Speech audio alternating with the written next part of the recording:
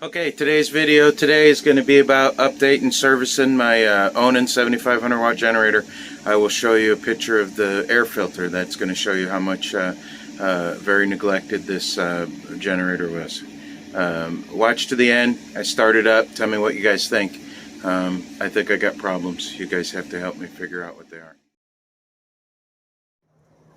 Alright, I'm going to try working on this some more. This is so nasty, dirty, greasy, disgusting. I was going to try to pressure wash it, but really can't do that. So what I did was I bought a bunch of purple power, and I'm here on the side of the road on a couple days off. So I've had the cover pulled off for a while.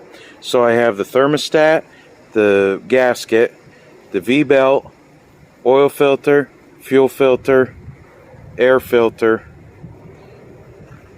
and that might be about it. What I got now is she's overheating. So look at all this, all that nasty crud and junk. So I'm gonna go ahead and get a cardboard box out of my trailer and put it underneath here so that I don't contaminate my work area. Alright guys, so it's downpouring out there. Actually, it's better than it was. So I'm going to go ahead and go through all the parts that I picked up for the service on the generator. Here's the air filter. I don't know what it's actually going to be that's really wrong with the generator. It's overheating, and it actually is overheating. You can tell by how hot it's getting. Thermostat, I took the old one out, and it was sticking. You could actually tell that there was problems with it. But this stuff was really packaged really nice in here when I first got it, but of course now it isn't. But. Okay, and then I got this is just a radiator cap, but I got all Cummins genuine parts. That's what best thing to get with this stuff, especially this little V-belt right here. This V-belt, they say, is metric, and it's genuine Cummins parts. That's what I got. I'm going to show you guys how I see it's going to take to get this off, but all genuine parts here. This is the thermostat housing. Oh, it's got a little detailed ridge in there. I'll have to make sure to be careful of that when I'm putting it back in. And then I got a oil filter. Nice cute little fella right there.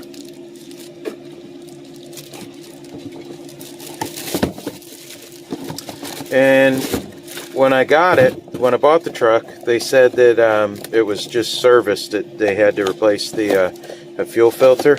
But there's a little dinky one on there now, like just a smaller one. This one's so much bigger. So that's a Fleet Guard filter. Huh. I'll have to remember that. Does it say it on the box here? I'm going to write it on there. I'm going to take all these parts and put it in here. I have a manual of all the look at these are all my manuals for this truck. Yeah. Every system on the truck has a manual for it. Everything. That's the Winnebago rooftop in-motion satellite. I have in-motion satellite on here. I have to get a new a deal for it, but yeah, drop one thing, pick up another. All right. The microwave has its own manual. The TV has its own manual. The refrigerator has its own manual. There's my daughter playing softball. But this system here even has its own manual up there. But anyway, I'm working on trying to get this done. So just wanted to show you all the parts that we're going to go ahead and put in here. It's only taken me, let's see here, I've had the truck a month and a half, almost 2 months now probably. And it's finally taken this long for me to be able to get it done. It was running good for a while. Actually, it wasn't running good though. The problem was it was consuming oil. And I found out why it was consuming oil, because it was overheating and boiling the oil. So luckily the motor didn't blow up, but these parts, as soon as it's done raining, we'll work on getting this all done. So I'll get back to you, everybody. That is the side panel. Okay, here we go. I was just interrupted there. I believe that this is going to be my coolant problem. See how much that moves? And this actually, well, when I was trying to use it with the socket, but this is how you take this off because there's no tensioner. So look, oh, of course it ain't gonna do it now when I'm trying to show you something.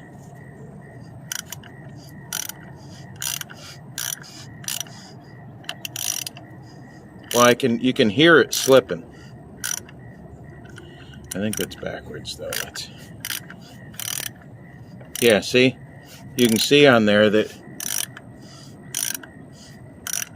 hear it sliding. There it went. There it went. So I believe this is going to be my overheating problem.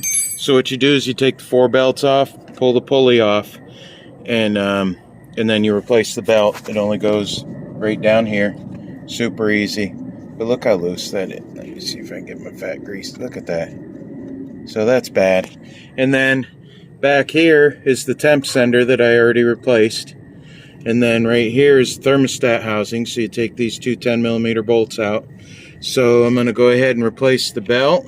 And I'm going to go ahead and replace this. I already have thermostat. Since this is a part and I'm putting new coolant in, these hoses aren't really hard. Like, well, that one, that's not to that, but you know, since it's like right here, I got to figure out what the exhaust leak is back there. That's all horrible black. See all that soot in there?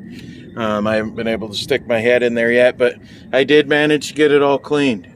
There's actually shine to it, and it looks a lot better. I dug out all the dirt and grime that was in there. I'm still going to soak it down some more since I got the panel off, but I want to keep this clean. It's good for knowing if there's any leaks or anything. So this is where there's 2 power cables that go here, 2 fuel lines that go here, and then 4 mount bolts.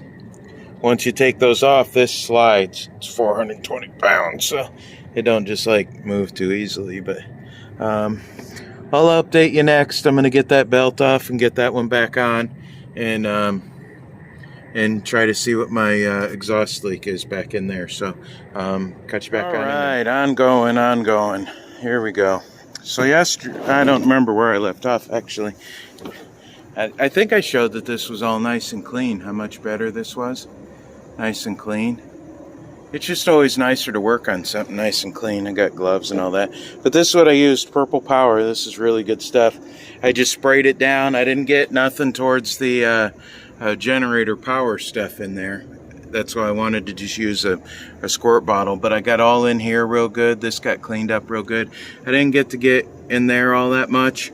But it's amazing what you spray this stuff down and you stick a screwdriver in there on the end of a wadded up bunch of paper towels. But what we did yesterday was to slide the generator forward. I had to take these 2 fuel lines off, and there's 2 battery cables right there. I got those taken off, but you'll see back there, there's you can see, let's see, there's bolt heads back there. Can't see them, big fat finger in there, but and all those were against that back wall. When this generator's in place, this is where it's supposed to be, right here. You can't get those bolts to pull the top off. So I got the top section off, and then I got the side section off that made really good room for getting this belt off. Now, what I did was, let me see, maybe we can get more room with this out of the way. Let's see if you can see better there. But what I did was, when this was off, I spun it. I spun the thing in the front, and it didn't move or anything, But what I did notice was that either way I spun it, it didn't make a difference. I never felt no fluid moving or anything. You know, it looks like right here, I bet you if I pulled this off, that's what I'm going to do. It's amazing what talking this out does here. So, but I did order a new water pump. So what I'm going to do is take this off and I'm going to get a hose. And let's see here, let's precisionally measure that hose. Okay, finger width. Okay, I'm going to go to the parts store, buy a hose right there. I'm going to take this off, plug it, and then I'm going to start the generator up and see if this pumps. But I've heard several people say that with 8,000 hours that it is possible for that water pump to go bad. So I ordered the water pump. It's about 200 bucks. And then I ordered, I wish that this would show up back here. Well, you can only see part of it. You know what? You can see a little bit of it. Right there where that connects, there's flex tube about a foot long that goes down, and it's broke right there at the top. But when you start it up, the weirdest thing, let me start this up and let me tell you what you guys, show you guys what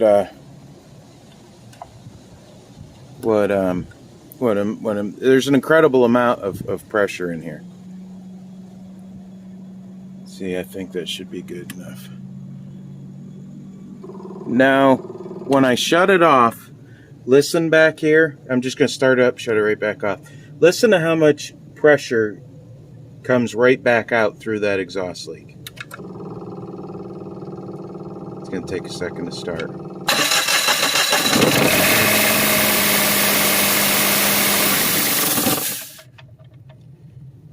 Do you hear that at the end? I kind of think that that's... Now, this system has something called a spark arrestor, and it's somewhere down in there. Some people say it's from the top, some people say it's from the bottom, but that smoke that came out was definitely... Now, if I put my hand over where that's leaking, there is an incredible amount of freaking pressure, and I cut the exhaust right at the end of the generator right there. I had to cut it to get it off. So with that amount of back pressure in there, I think it's clogged. So I'm gonna go, but you know, it's hard to imagine how clogged it could be with all the soot. That stuff is caked down in there. But I ordered the parts, so I'm gonna go ahead and take the exhaust apart and actually see. I'm sure it's gonna overheat still, but well, it doesn't actually overheat. The temp sender catches it before it overheats. So anyway, I'm gonna quit babbling, but that's where I got. I'm gonna put the mount bolts back in. I don't know, I might throw the cover back on just so it looks a little better. Yeah, I'll probably throw the big cover back on, the stainless cover, but not the deal. But that's what I did yesterday. I replaced the V-belt. It's a lot tighter, it's a lot better. It looks a lot nicer. It's not all grooved down in there. I changed the oil, which is just the filter and a drain plug at the bottom. I put a new fuel filter on. I'll include a picture of the air filter. So that's it for now, guys. This generator's been quite a bit of a headache, but when it's done, they're $10,000 to replace. Just to buy another one, this generator's $10,000. So, you know, for a little bit of my spare time and a small inconvenience of, you know, not having my generator, it'll work. So like, share, subscribe, comment. Please let a comment, tell me what you guys think, if I'm doing it all wrong, wasting my time, if you think the motor's bad, and do the right thing.